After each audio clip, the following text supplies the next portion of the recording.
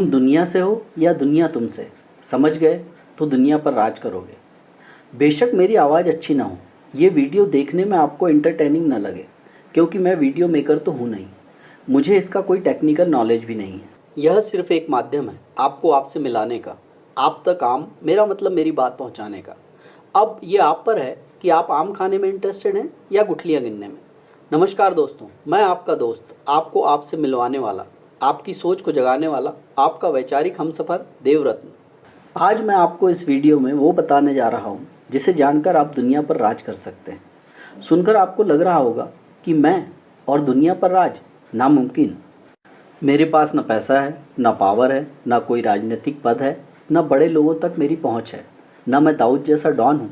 It's impossible. अगर मैं आपके सामने होता तो आप यही कहते, इतना भी मत फेंक भाई। सही है, मैं मानता हूँ, अभी आप बिल्कुल सही हैं। लेकिन मैं ये भी जानता हूँ कि इस वीडियो को पूरा देखने पर आपको अपनी कही बात पर पछतावा होने वाला है। तब आप मुझसे फिर कहेंगे, सॉरी भाई, मैं गलत था, मैंने तुम्हारी पूरी बात सुने बिना ही तुमको फेंकू कह दिया। दुनिया पर राज करना चाहते हैं, लेकिन कैसे? ये जानने के लिए जो 30 मिनट धैर्य से पूरा वीडियो नहीं देख सकता और शुरुआती चंद मिनटों में ही अपनी नेगेटिव सोच के चलते स्वीकार कर लेता है कि मैं नहीं कर सकता और वीडियो छोड़कर चला जाता है, वो अपने जीवन में क्या ही करेगा, आप समझ सकते हैं। दुनिया पर राज करने के लिए आप में इतनी हिम्मत तो होनी चाहिए कि आप अपने जीवन में आए मौके को लपकने के लिए मौके को पूरी तरह से देख और समझ सकें। आम लोग अपने जीवन में आए मौके अपनी लापरवाही और नज़रअंदाज करने की आदत की वजह से ही चूकते जाते हैं। दोस्तों, मेरे पास कल ही आज का एक युवक अपनी कुछ समस्या लेकर आया।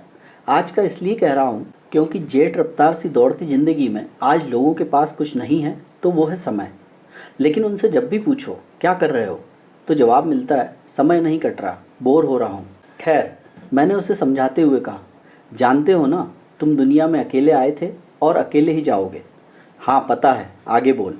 मैंने कहा, थोड़ा धीरज रखो और मेरी बात ध्यान से सुनो। ठीक है, लेकिन जल्दी बोल। आपको लग रहा होगा ये मेरे पास काउंसलिंग के लिए आया है, लेकिन बात कैसे बिगड़ेल अंदाज में कर रहा है। क्योंकि मैं अपने हर क्लाइंट की बात सुनने से पहले उसके सामने एक शर्त रखता हूँ कि तुम्हें मेरे साथ वैसा ही बर्ताव करना होगा जैसा तुम अपने सबसे घनिष्ठ मित्र मीन्स बेस्टी के साथ करते हो। यहाँ तक कि तुम्हें मुझे गाली देकर बात करने की भी छूट है। मैं उसकी जल्दबाजी समझ गया, लेकिन मेरी भी दुविधा थी। उसकी समस्या सुलझाने के लिए मुझे उसे शांत और स्थिर करना था। तो मैंने उससे पूछा, कुछ खाकर आए हो? उसने कहा, नहीं, अपॉइंटमेंट था, यहाँ आना था, जल्दी जल्दी मैं आया हूँ। मैंने नाश्ता मंगवाया, हम दोनों ने नाश्ता किया। फिर मैं उससे बोला, अब टॉयलेट जाओ और फ्रेश होकर आओ। उसने कहा, नहीं, मुझे नहीं जाना। तो मैं थोड़ा सख्त होकर बोला, नहीं, तुम्हें अभी जाना पड़ेगा। तो वो खींचते हुए बोला, पागल है क्या, अभी खाया है, अभी कैसे निकाल सकता हूँ? तब मैंने उससे कहा, तुम खाकर तुरंत निकाल नहीं सकते, तुम्हें पता है कि प्रोसेसिंग में टाइम लगता है, लेकिन सालों की समस्या का समाधान चंद सेकंड में चाहते हो, वो भी पूरी बात, पूरी प्रक्रिया जाने बगैर। दोस्तों, उसको मेरी बात समझ में आ गई। अगर आपको भी बात समझ में आ गई है तो पूरा वीडियो ध्यान से सुनिए, क्योंकि इसमें कही हर एक बात आपकी लाइफ में एक नया मैजिक क्रिएट करने वाली है। वरना उल्टे घड़े पर पानी डालने वाली कहावत तो आप जानते ही हैं। दोस्तों, आपकी दुनिया शुरू होती है आपके पैदा होने से। तब आप दुनिया में अकेले आते हैं, लेकिन जब आप आए थे तब आपको पता नहीं कि आपके स्वागत के लिए कितने लोग आए थे, उन्होंने क्या क्या तैयारियां की थी आपके स्वागत की। और जब आपकी दुनिया ख़त्म होगी, मतलब आप इस दुनिया से रुखसत होंगे, तब भी आप अकेले ही होंगे और आपको पता नहीं होगा कि कितने लोग आपको छोड़ने जाएंगे और क्या क्या तैयारियां करेंगे आपकी विदाई के समय। आप जब आए थे तब वहाँ भीड़ थी और जाओगे तब भी भीड़ होगी, लेकिन दोनों ही स्थिति में आप होते हैं अकेले, नितांत अकेले, सिर्फ आप और कोई नहीं। दोस्तों, कभी आपने सोचा है जब आप अकेले होते हैं जन्मते और मरते समय, तब आपके आसपास जितने भी लोग होते हैं सबके लिए आप ही केंद्र होते हैं। वहाँ मौजूद हर कोई आपके बारे में ही बात कर रहा होता है, आपको ही देख रहा होता है, आप सबके लिए इम्पॉर्टेंट होते हैं। लेकिन आपके जन्म और मृत्यु के बीच जो ज़िंदगी होती है, क्या तब भी आप लोगों के लिए उतने ही इम्पॉर्टेंट होते हैं? नहीं, तब आप भी उसी भीड़ का हिस्सा हो जाते हैं जो आपके पैदा होने और मरने पर होती है। दुनिया वही भीड़ है और इस भीड़ में जो उसके लिए इम्पॉर्टेंट होता है वही उस पर राज करता है। कैसे? आइए जानते हैं। अपने भारत देश का एग्जाम्पल ले लो। आजकल देश में सबसे इम्पॉर्टेंट व्यक्ति हैं मोदी जी। वो सिर्फ आम भीड़ मीन्स जनता के लिए ही महत्व नहीं रखते, बल्कि अपनी पूरी पार्टी और उसके इतने बड़े मदर ऑर्गेनाइजेशन आरएसएस की भीड़ के लिए भी इम्पॉर्टेंट हैं। आपको ध्यान होगा 2014 में जब उन्होंने पहली बार देश की कमान संभाली थी, तो सबसे पहले अपनी ही पार्टी के सभी गद्दार नेताओं को 75 साल का नियम बनाकर हाशिए पर खड़ा कर दिया। इन नेताओं ने अपना पूरा जीवन इस उम्मीद में पार्टी को मजबूती प्रदान करने में लगा दिया कि एक दिन हमारी सरकार बनेगी और हम भी मलाई में नहाएंगे। लेकिन मोदी जी ने मलाई तो क्या, उन्हें छाछ के लिए भी तरसा दिया। अब मोदी जी खुद 75 साल के होने जा रहे हैं, लेकिन उनकी पार्टी का कोई नेता इसे अपने लिए मौका नहीं मान रहा है, बल्कि हर नेता सार्वजनिक तौर पर ऐलान करते फिर रहा है कि 2029 में भी मोदी जी ही देश के प्रधानमंत्री होंगे। क्यों? क्योंकि वे सबके लिए अभी भी इम्पॉर्टेंट हैं। जन्म और मृत्यु पर आप भी सबके लिए इम्पॉर्टेंट होते हैं, लेकिन उसके बीच आप भीड़ का हिस्सा बनकर रह जाते हैं। ऐसा क्यों होता है, आइए समझते हैं। जन्म लेने के बाद आप लोगों के लिए महत्वपूर्ण होते हैं, फिर धीरे धीरे लोगों के लिए आपका इम्पोर्टेंस कम होता चला जाता है। समय के साथ आपका दायरा सिमटता जाता है और फिर आप सिर्फ अपनी फैमिली के लिए इम्पॉर्टेंट रह जाते हैं। फिर किसी एक फैमिली मेम्बर के लिए और उम्र बढ़ने और लोगों के संपर्क में आने के बाद आप उसके लिए भी इम्पॉर्टेंट नहीं रह जाते, क्योंकि दुनिया की भीड़ के लिए आज के इस भौतिकवादी युग में आप सिर्फ एक माध्यम हो उनकी आकांक्षाओं को पूरा करने का, और आप उनके लिए तब तक ही इम्पॉर्टेंट होते हो जब तक उनकी उम्मीदें आपसे ज़िंदा रहती कि वे आपका इस्तेमाल करके अपना उल्लू सीधा कर सकते हैं। और जैसे ही उन्हें समझ आता है कि आप उनके काम नहीं आओगे, तो उनके लिए आप यूज़लेस हो जाते हो। School, college, TV, movies, serials, web series, motivational speech, seminars, साधु संतों से, सत्संग में, धर्म ग्रंथों में, किताबों से, सोशल मीडिया से और न जाने कहाँ कहाँ से आपने कई बार सुना होगा कि हर बच्चा अपार संभावनाओं के साथ जन्म लेता है। लेकिन क्या आपने कहीं से ये सुना है कि हर बच्चे के बड़े होने पर उसकी एक भी संभावना उजागर क्यों नहीं हो पाती? कहाँ खो जाती है उसकी सारी संभावनाएं? इसका जवाब आपको कहीं नहीं मिलता। क्यों? क्योंकि आपकी समस्याओं से ही इन सब का धंधा चलता है, और दुनिया पर राज करने वालों के लिए आपकी समस्याएं ही वे सीढ़ियां हैं जिन पर चढ़कर ये लोग वहां पहुंचते हैं। ये सब समस्याओं की बातें तो करते हैं, लेकिन समाधान नहीं देते। हाँ, आपको समाधान का आश्वासन जरूर देते रहते हैं, ताकि आप उनके चक्रव्यूह से बाहर ना निकल सकें। हर बच्चा अपार संभावनाओं के साथ जन्म लेता है, इसके बारे में आप ज़्यादा न जानते हो, लेकिन ये तो जानते हैं ना कि एक बीज पूरा जंगल खड़ा कर सकता है। इसी तरह एक बच्चा पूरी दुनिया बदल सकता है। यकीन नहीं होता तो इन नामों पर गौर कीजिए। Sikandar, Napoleon, Julius Caesar, Hitler, Vladimir Putin, Xi Jinping, Joe Biden, Narendra Modi, Elon Musk, Bill Gates, Mukesh Ambani. इतिहास से लेकर वर्तमान तक ये सब इस बात को साबित करते हैं। लेकिन ऐसा हर बच्चे के साथ नहीं होता। क्यों? आप भी उनमें से एक हैं। आपने कभी सोचा है, आप भी तो इन्हीं दुनिया पर राज करने वालों जैसे ही पैदा हुए थे, फिर आप उनकी जगह क्यों नहीं हैं? अब ये बचकाने एक्सक्यूज़ मत देना कि हमारे हालात, हम जहाँ पैदा हुए, हमारे माँ बाप वगैरह वगैरह, क्योंकि इन लोगों की हिस्ट्री देखोगे तो पता चलेगा कि इनमें से कई के हालात आपसे भी बदतर थे। मोदी जी के 6 भाई बहन हैं, लेकिन सभी मोदी जी की तरह देश पर राज नहीं कर रहे हैं। एडोल्फ हिटलर के भी 6 सगे और 2 सौतेले भाई बहन थे, लेकिन हिटलर के अलावा दुनिया किसी को नहीं जानती। अब आप कहेंगे ये उनकी काबिलियत थी जिसकी वजह से उन्होंने दुनिया पर राज किया। सही कहा, लेकिन बाकी का क्या? उनमें काबिलियत नहीं थी, आप में नहीं है? है। तो फिर वो काबिलियत कब और कहाँ खो गई? आइए जानते हैं। हर बच्चा अपार संभावनाओं के साथ पैदा होता है। पैदा होते ही सबसे पहले वह अपने परिवार के संपर्क में आता है, लेकिन माता पिता से लेकर परिवार का कोई भी सदस्य उसकी काबिलियत को नहीं जान पाता, न ही जानने की कोशिश करता है। हाँ, ऐसे समय इन लोगों की वजह से ज्योतिषी या उनकी तरह दूसरे व्यवसायियों का धंधा जरूर बढ़ जाता है, जबकि वे जानते हैं कि हमारे बारे में की गई इनकी कोई भविष्यवाणी सही नहीं हुई।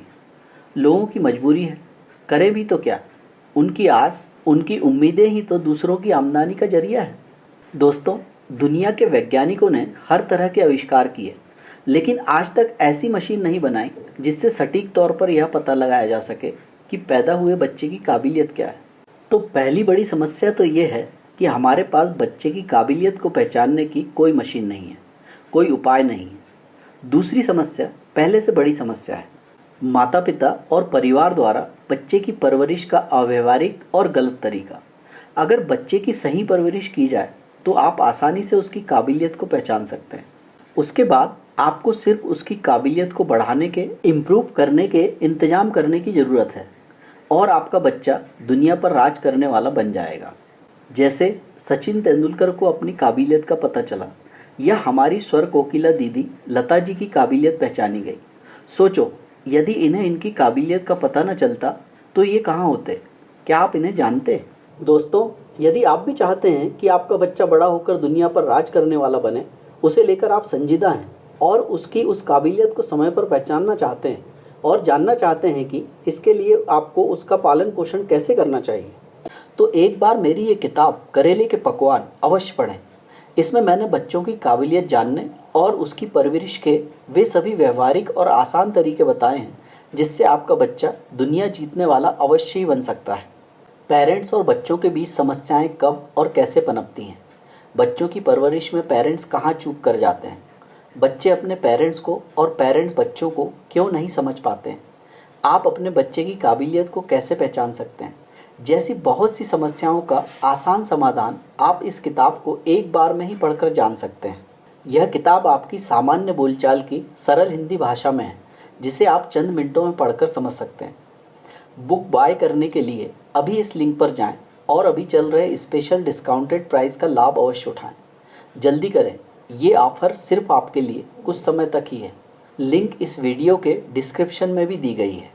दोस्तों, बच्चा जब छोटा होता है तो समय समय पर अपनी प्रतिभा का प्रदर्शन जरूर करता है, लेकिन आप उसे या तो नज़रअंदाज कर देते हैं या उसे उसकी उल्टी सीधी एंटरटेनिंग हरकत समझकर सिर्फ एंजॉय कर भूल जाते हैं।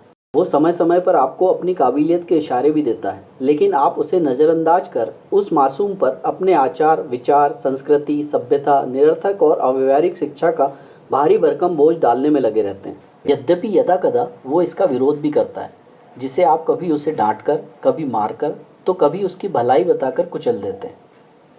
उसे आप वही देते हैं जो आपको मिला। आपको बच्चे को कोई भी सीख देने से पहले एक बार, सिर्फ एक बार जरूर सोचना चाहिए कि आपने भी तो वही किया था, पर उसका परिणाम क्या हुआ? आप क्या बन पाए? आपको क्या मिला?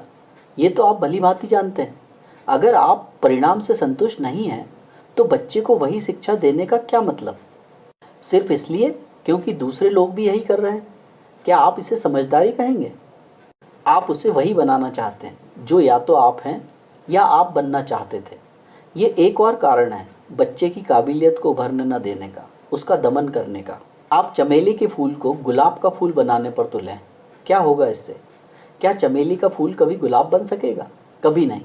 लेकिन अब वो चमेली का फूल भी नहीं रहेगा, ये तो निश्चित है। आपको समझना होगा कि हर फूल अलग है और हर फूल का अपना गुण और अपनी विशेषता है जो उसे औरों से अलग बनाती है। दोस्तों, आपके लिए ये तो हो गई पास्ट की बातें। इसमें अब आप कुछ नहीं कर सकते, क्योंकि जो बीत गई सो बीत गई। अब आप फिर से बच्चे नहीं हो सकते। तो क्या अब आप दुनिया पर कभी राज नहीं कर पाएंगे? या अब आप में कोई संभावनाएं बाकी नहीं हैं? नहीं, जन्मजात संभावनाएं कभी खत्म नहीं होती, दब जरूर जाती हैं, लेकिन उन्हें कभी भी फिर से उभारा जा सकता है। आप स्टूडेंट हो, बेरोजगार हो, नौकरी पेशा हो, बिजनेसमैन हो, किसान हो, गृहिणी हो, आप कोई भी हो, किसी भी उम्र या स्थिति में हो, आप में आज भी उतनी ही संभावनाएं जीवित हैं जितनी जब आप पैदा हुए थे तब थी। आपकी गलत परवरिश, अव्यवहारिक, दिशाहीन, निरर्थक शिक्षा और दुनिया के दुर्व्यवहार से आप में संभावनाएं दब जरूर गई, लेकिन आप उन्हें फिर से उभार सकते हैं। कैसे? आइए जानते हैं। दोस्तों, आप ये तो जानते हैं ना कि दुनिया में आपके जैसा दूसरा कोई नहीं है। जुड़वा भी एक से नहीं होते, उनमें भी फ़र्क होता है, क्योंकि इस धरा पर जन्मा हर इंसान विशिष्ट है, एक्सक्लूसिव है, इकलौता है। ये बताता है कि आप यूनिक हैं। आप दुनिया की भीड़ में अलग दिखते हैं, यह इसका प्रूफ है। ऐसे ही आप में वो काबिलियत भी है जो आपको औरों से आगे पहुंचा सकती है, आपको दुनिया पर राज करने के काबिल बना सकती है। लेकिन वो क्या है, उसे आप कैसे जान सकते हैं? यदि आप अपने अंदर की उस काबिलियत को जानना चाहते हैं तो अभी मेरी ये किताब काबिल बनो, सफलता झक मार कर पीछे आएगी पढ़ें। इसे पढ़ने के बाद आप खुद को और अपनी उस काबिलियत को आसानी से जान पाएंगे जिससे आप इस दुनिया पर राज कर सकते हैं। आपकी वो काबिलियत जिससे आप इस दुनिया पर राज कर सकते हैं आपके भीतर ही दबी पड़ी है। आपको सिर्फ उस पर पड़ी धूल को हटाकर उसे जानना है और फिर उसे निखारने की ज़रूरत है। ये सब आप इस बुक में बताए गए प्रैक्टिकल तरीक़ों से आसानी से कर सकते हैं। तो देर मत कीजिए, अभी इस लिंक पर जाइए और ख़ास आपके लिए चल रहे स्पेशल डिस्काउंट का फ़ायदा उठाइए। लिंक इस वीडियो के डिस्क्रिप्शन में भी दी गई है। इस बुक को पढ़ते ही 1 हफ्ते मीन्स 7 दिन में आप खुद अपनी दुनिया को बदलते हुए देखेंगे। जल्दी कीजिए, स्पेशल डिस्काउंट सीमित समय के लिए है। दोस्तों, इस समय मीन्स प्रेजेंट में आपकी एक बहुत बड़ी, बहुत विकराल समस्या है जिसका समाधान आप जितनी जल्दी कर सकें उतने ही जल्दी आप खुद को दुनिया की भीड़ से ऊपर उठाने में सक्षम हो पाएंगे। ये समस्या सदियों पुरानी है और समय के साथ ये विकराल होती जा रही है। लेकिन आश्चर्य, आपको इस समस्या में उलझने में मज़ा भी बहुत आता है। आप इसमें जितने उलझते जाते हैं आपका रस, आपका इंटरेस्ट उसमें उतना ही बढ़ता जाता है।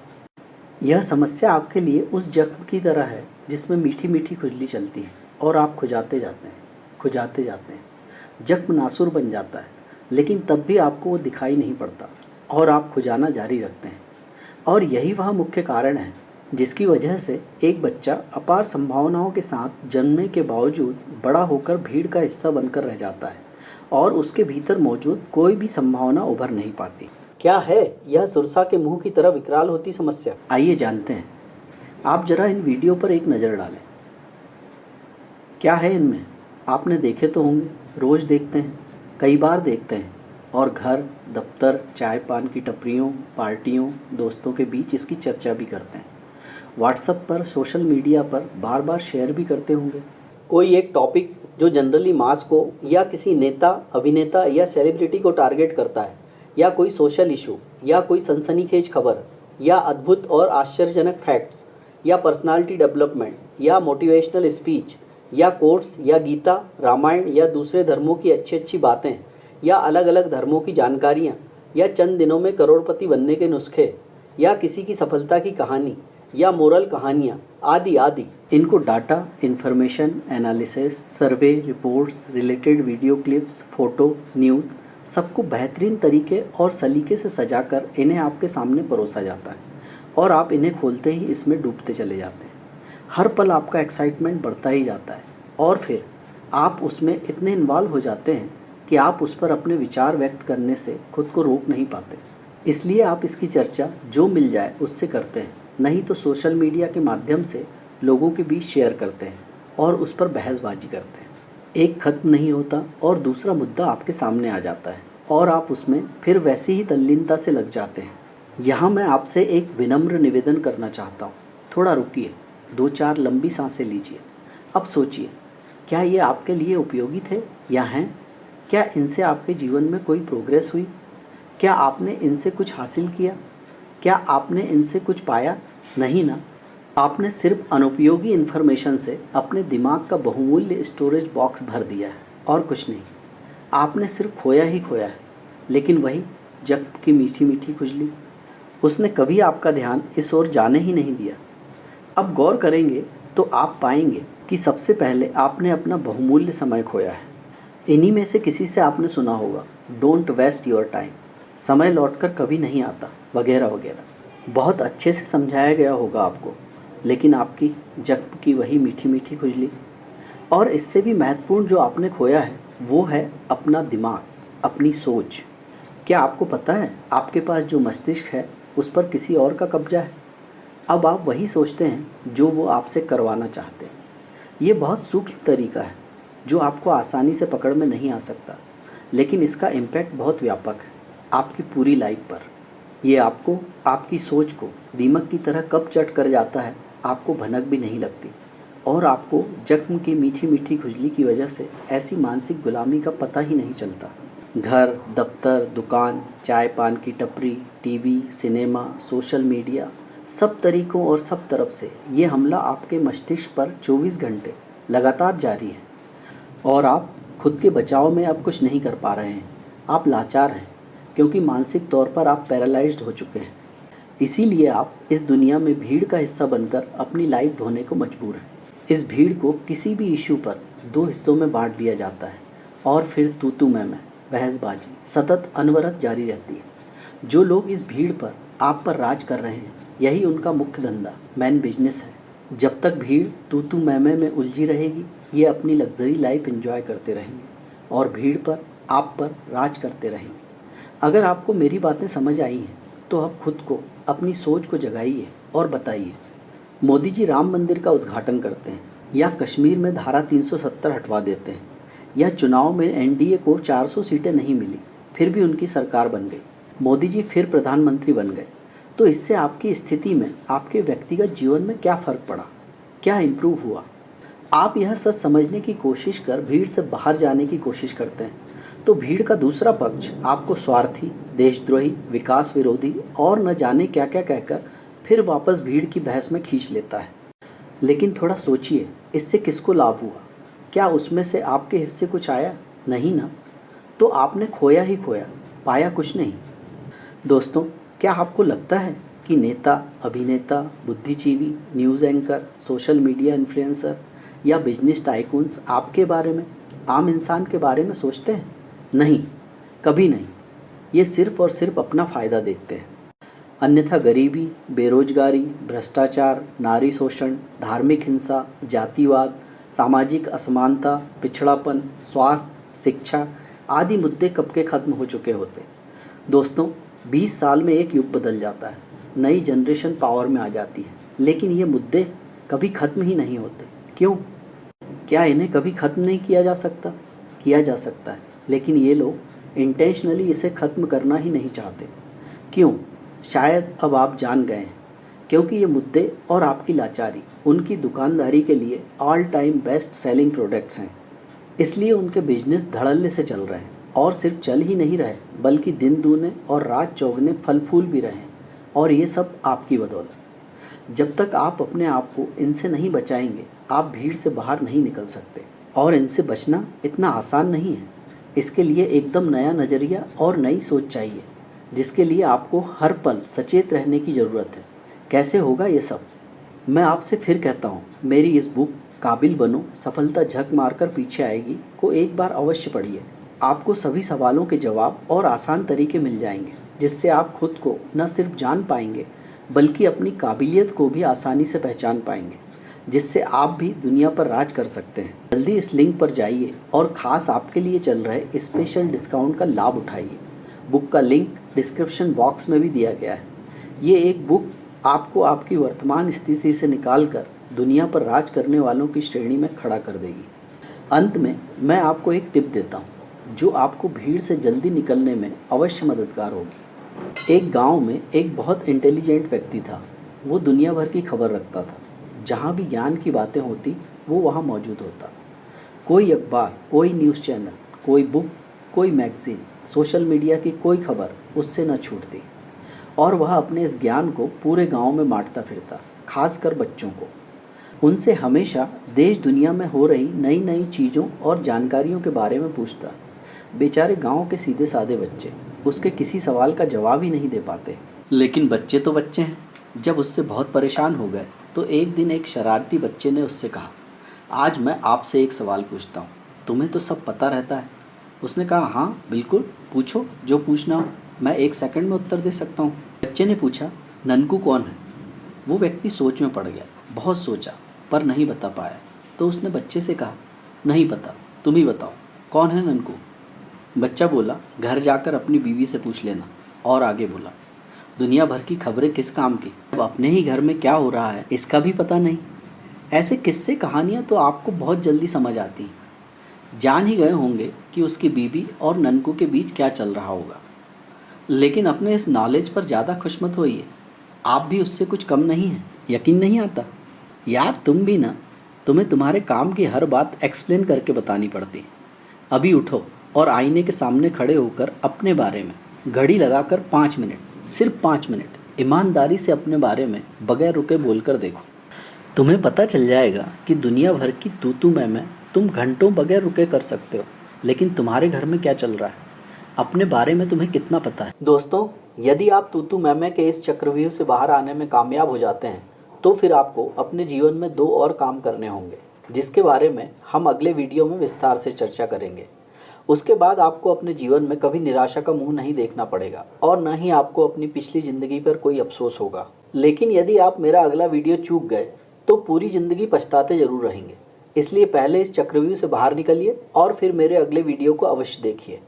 दोस्तों, अगर आपने पूरा वीडियो ध्यान से देखा है और आपको लगता है कि मैंने आपको थोड़ा ही सही लेकिन आपके बारे में आपको सोचने के लिए राजी किया है, जिससे आपको फ़ायदा ज़रूर होगा, तो इस वीडियो को लाइक और चैनल को सब्सक्राइब कर अपने इस दोस्त के एक छोटे से प्रयास 2 पल ठहरें और अपने लिए अपने बारे में सोचें को प्रोत्साहित ज़रूर करें और वीडियो को अपनों के साथ शेयर भी ज़रूर करें, ताकि आपकी वजह से वे भी अपने बारे में सोचने की शुरुआत कर सकें और आपकी तरह वे भी दुनिया की इस भीड़ से खुद को अलग कर सकें। और हाँ, बेल आइकन को दबाना न भूलें, ताकि आपके दोस्त आपको आपसे मिलाने वाले, आपकी सोच को जगाने वाले, आपके वैचारिक हमसफ़र के विचारों की पहली खनक आप तक सबसे पहले पहुंच सके। दोस्तों, आपसे एक पर्सनल गुजारिश है, अपने इस दोस्त पर अपना प्यार और आशीर्वाद हमेशा ऐसे ही बनाए रखना। धन्यवाद। Thank you for watching. Please like and subscribe our channel and press the bell icon for upcoming updates. I pray you may always be healthy and happy. Thank you for watching.